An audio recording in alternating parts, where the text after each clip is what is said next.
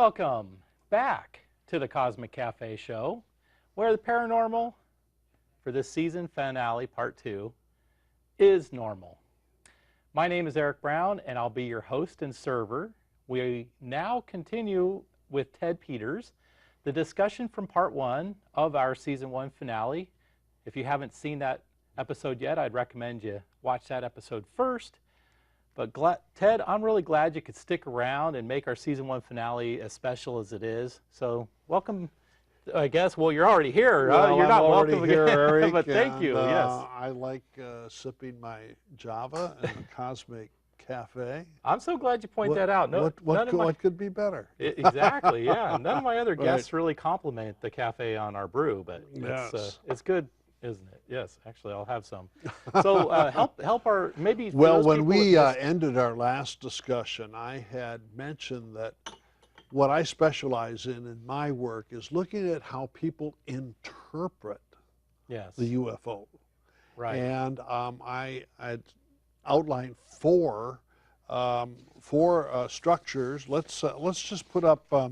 That was slide number. I think it was 4. Slide number 3. Slide number 3. Yes. And the UFOs or flying saucers have a political dimension. Right. They have a scientific dimension. Those are very important. Yes. But what we're going to pick up on today is the religious or spiritual dimension, which I think is extremely important. And then if we still have time, then we'll talk about the hybridizer, the marriage of heaven and earth. That's a very fascinating part. I want to start with that part, but I'll let you start with it. Okay. Well, if we could put up slide 13 for just a couple seconds. Okay. And again, I want to say that what we look at the Center for Theology and Natural Science in Berkeley is this interaction between science and religion, and the UFO phenomenon gets us into that. Yes. And one of the things that I've noticed about our larger culture is that after the Second World War, religion had a revival for a little bit, but now it's really going downhill.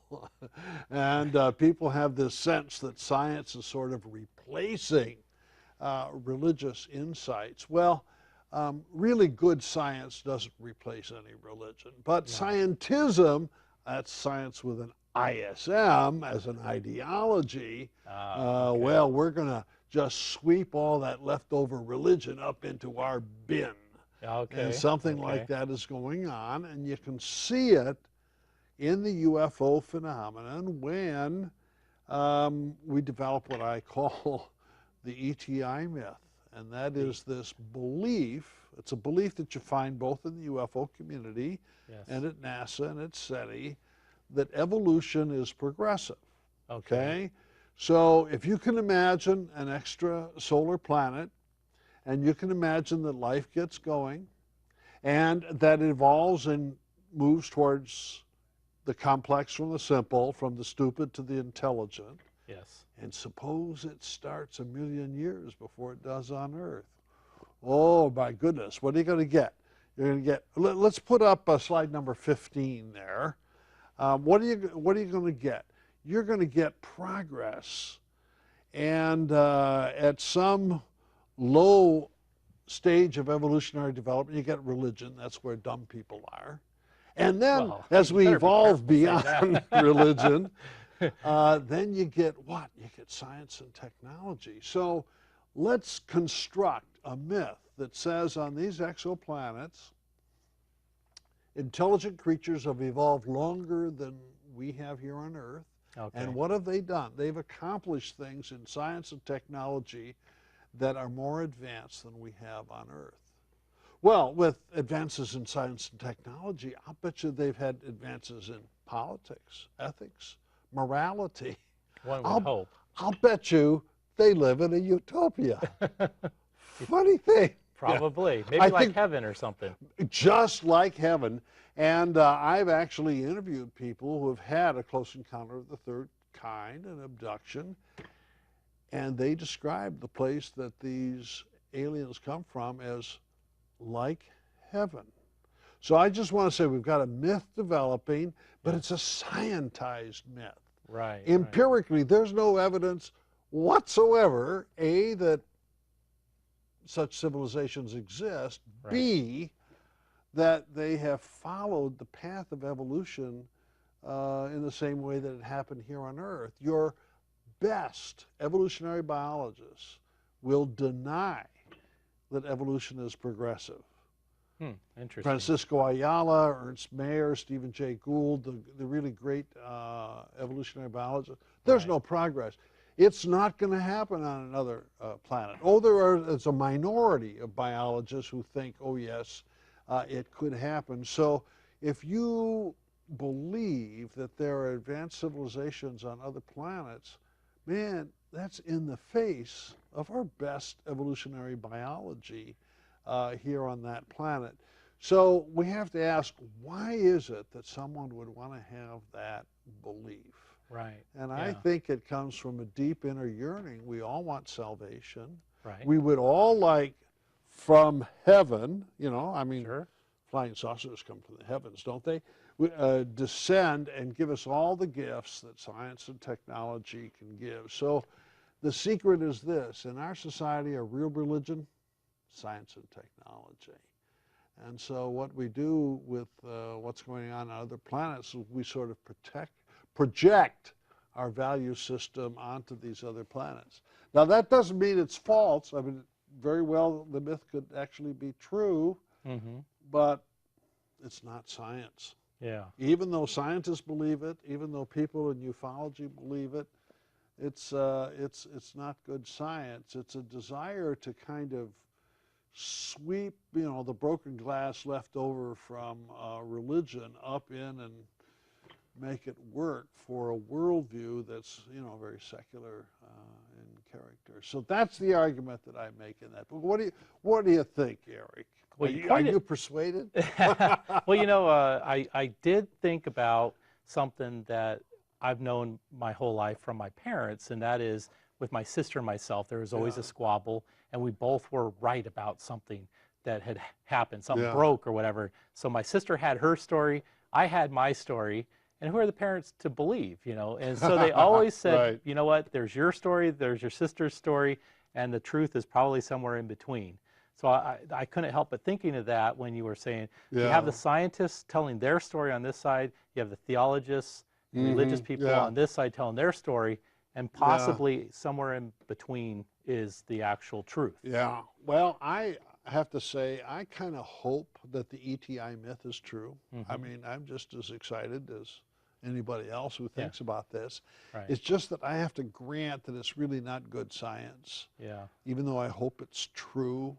I also happen to think that God has a good plan of salvation for us, and I don't think science and technology is going to provide a very good substitute, you know, whether it's terrestrial science or whether it's extraterrestrial science. But now I'm speaking like a theologian, and I wanted to basically describe why it is that UFOs have such a fascination for us. And before you do that, you pointed at this thing sitting on the table, which is your latest book. That's the book. Yes, UFOs, God's Chariots, or UFOs are God. Well, it says UFOs, God's Chariots. We have the slide so folks can see it actually better. But this is the latest book of many books that you've written. So if they hadn't seen the first episode, I want to make sure that they're following along what you're pointing at there. UFOs, God's Chariots is a revision of my first edition in 1977, and I felt compelled to do a new edition, even though the point I just made about UFOs representing a secular, scientized religion I made in the first edition. Something happened in the UFO phenomenon that I didn't predict. You were abducted? I was not abducted. I wish I would be. Because you could never predict that one, right?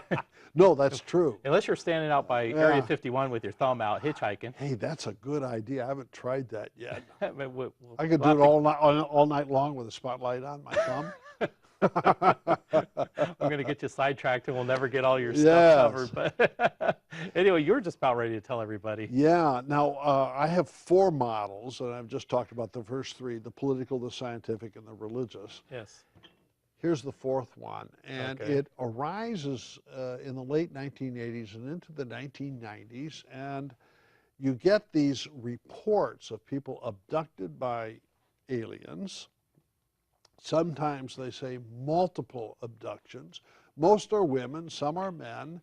They claim to be taken aboard a hovering spacecraft, and there are the grays. Now, I want to mention the grays because the small gray-colored alien creatures are described frequently as being science-like. Well, what does that mean? It means they don't have much feeling. Yeah. You know, our ideal scientist is someone who's dispassionate about the facts, Yes. etc. You know, at any rate, so they do kind of the physical examinations that we saw before the 1980s.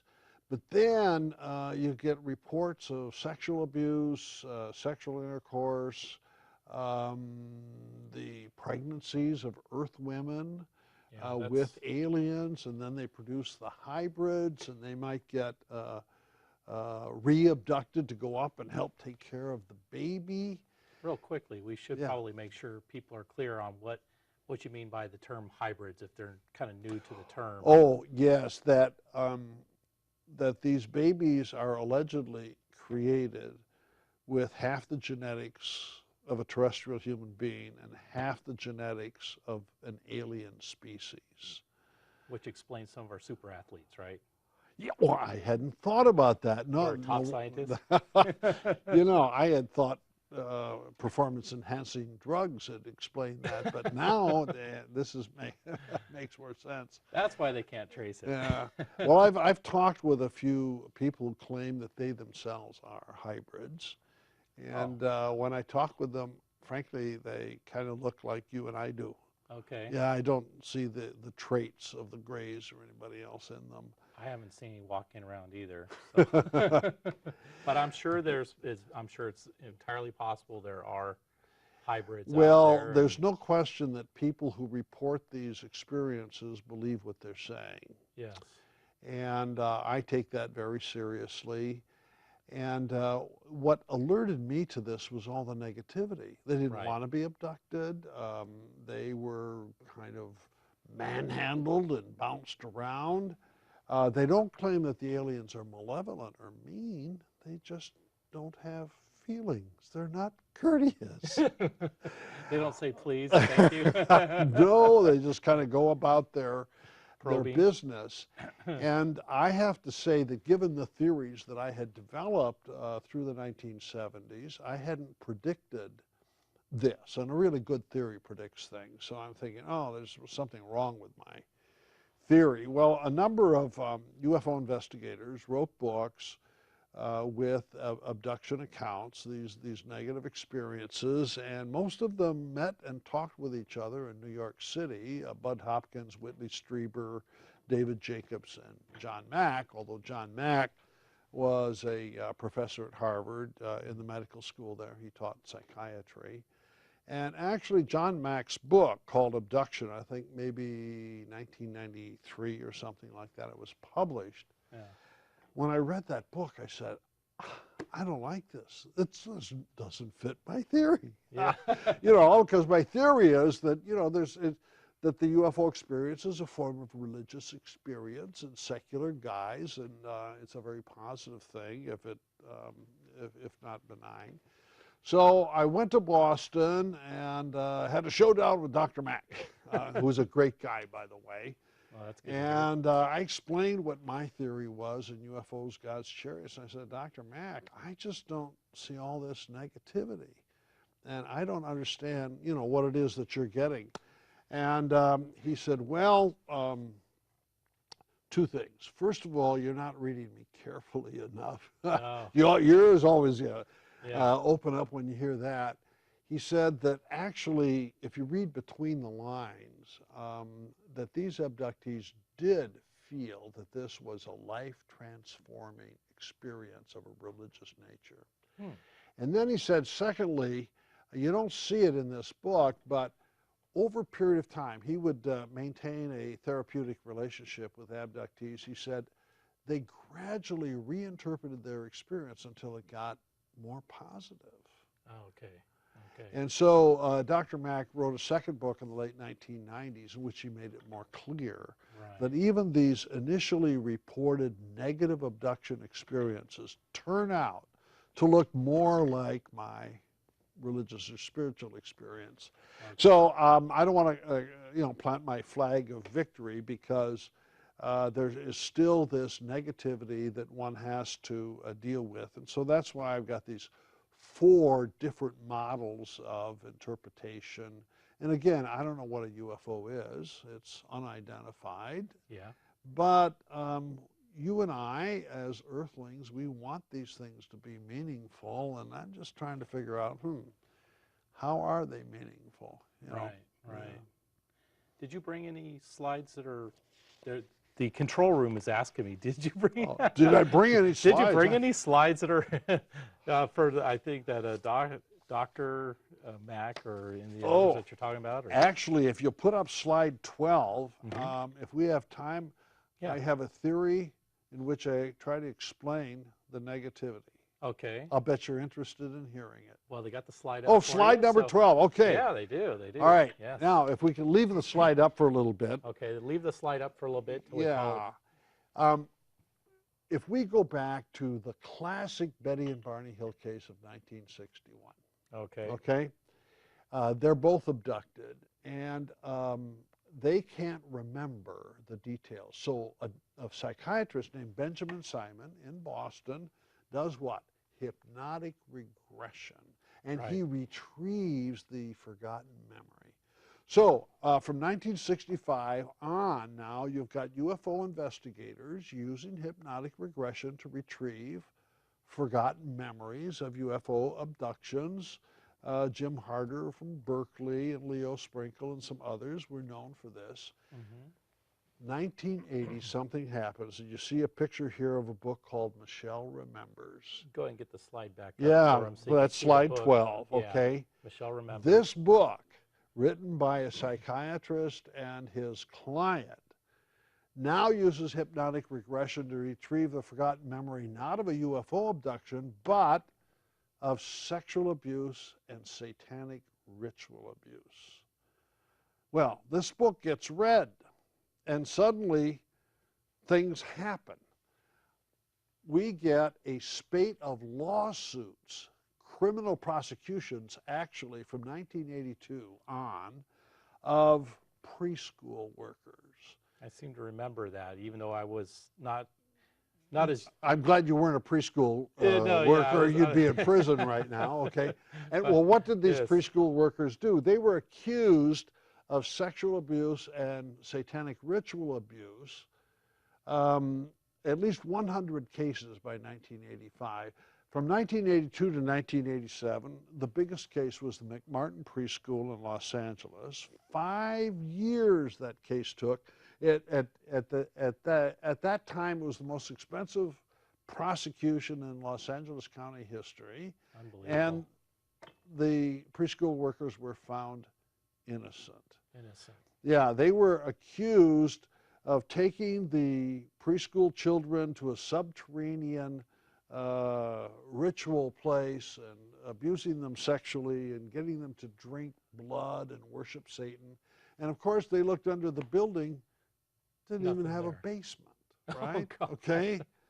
And the reason the jury acquitted him, the jurors said, was that when they saw the videotapes of the interviews of the children, they thought that the interviewers, the therapists, were leading the children, okay? So here you've got, all through the 80s, these negative experiences over here connected with hypnotic regression. Right. And then suddenly, boom, back in the UFO phenomenon, you get what? You get all a UFO abduction that looks like a preschool sexual abuse or ritual abuse phenomenon. Well, I raised my theory with Dr. Mack's researchers in Boston. They were just appalled that I would think of such a thing. Make that connection. That I would make that connection. But Yeah. I just have to say, I'm looking for something in our culture, something in our society that might have led to this change from a basically positive phenomenon, the UFO phenomenon. Right. It's at least neutral, if not positive, to this really negative thing. And where did it come in? Well, that's my hypothesis. It's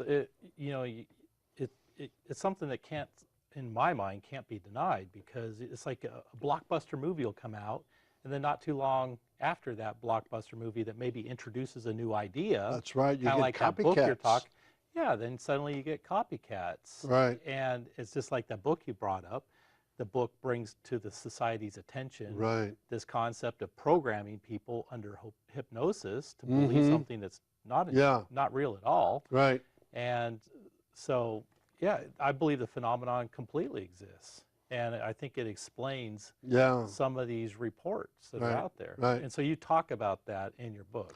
I do. That's the new section that I spend quite a bit on. And I do have to give some sympathy to David Jacobs and some of the others who will say, oh, but some of their abductees do not require hypnotic regression to retrieve the memories. Some do, some don't. I just want to say, I'm trying to figure out what's going on. Yeah. I think it's important also when they do the regression that they definitely are very careful not to lead. That's part of the moral responsibility of the one engaging in hypnotic regression. And I recently asked a therapist who uses hypnotic regression for other emotional problems. And I said, do you think it's very effective? She said, yes, it's really very effective. I said, do you think that the things you retrieve under hypnotic regression are true? And she says, oh, I don't care whether they're true or not. I just want to deal with the person's feelings. So for a UFO investigator, the issue is it true or false, what is being said? Right. And it's really hard to confirm, empirically confirm something that you get from regression. Yeah. Well, I believe that it's really important that a therapist that's doing this would videotape and record the session. And so therefore you can go back and see if the therapist... A critic could go back and review it. Yeah, maybe they're subconsciously leading the person because they really badly want to believe in UFOs, or they really badly want to believe that UFOs are a crackpot. And so I know that there are some therapists, for whatever reason, still don't allow recording. And I'm just thinking, why would you not allow it to be documented? And conversely also, if you're a person that's trying to seek this truth as a quote-unquote the patient, I mean, if it were me, I would definitely be insisting on it being videotaped, so I could go back over and see, were they making it up, or did I really I haven't done that myself, but I could imagine watching myself under regression and saying, oh, is that me? I hate to watch myself on video, so can you imagine the position I'm in? So I think you wanted to talk about some more things. We're getting a little bit short on time, so maybe before we cover some more topics, should we give out your website, or do you want to keep that a secret? Yes, I broadcast it all around because I want to make my secrets known. That's right, that's right. Without any hypnotic regression, my website is tedstimelytake.com, all one word, tedstimelytake.com, and I have a few blogs on there. I do limerick blogs. Oh. Yeah, well, I don't know anybody else who does limerick blogs. I didn't even.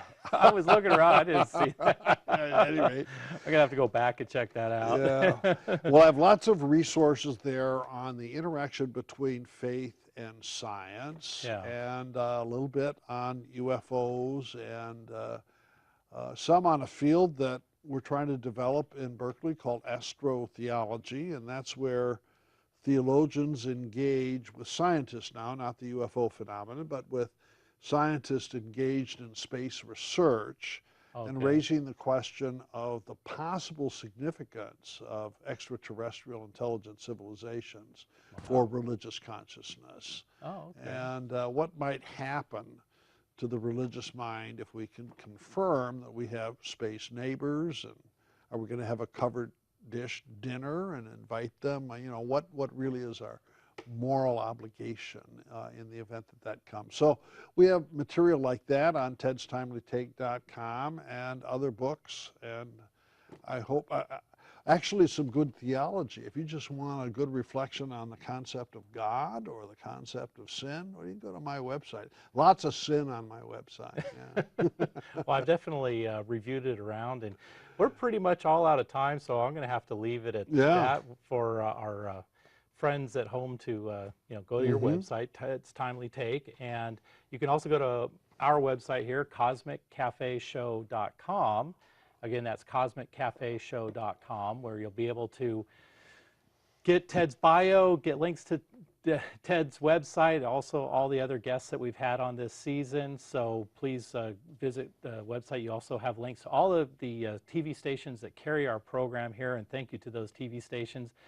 And now I'd like to take a special season finale opportunity to thank our crew here, but rather than leave them as faceless people, I believe they're ready. They're going to go ahead and show you everybody in the control booth. So if they're ready to show you everybody in the control booth, if you guys can stand up. There we go.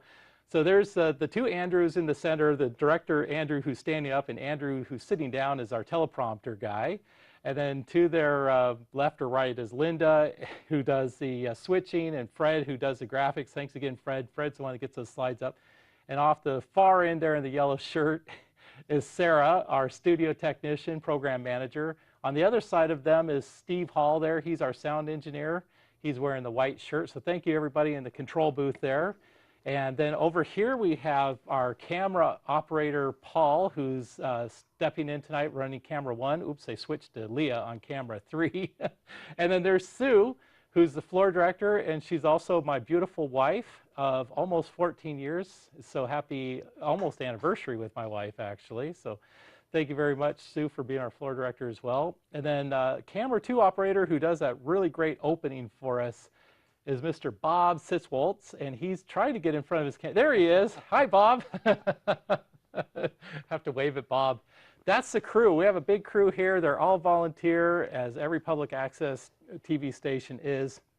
And so I wanted to thank all of them for helping out throughout the season and making this show possible here. And thanks again, Ted, for coming and visiting. And please be sure to visit or donate, service, volunteer for your local public access station. If you're watching this show through a YouTube channel, contact your local TV station, ask them to carry the show. Thank you very much, and see you in season 2. Bye-bye. Thank you so much for coming. Well, I hope you did what you were hoping. I wish we had 2 more hours. Oh, yeah, well, it's a big difference. Have to have you back.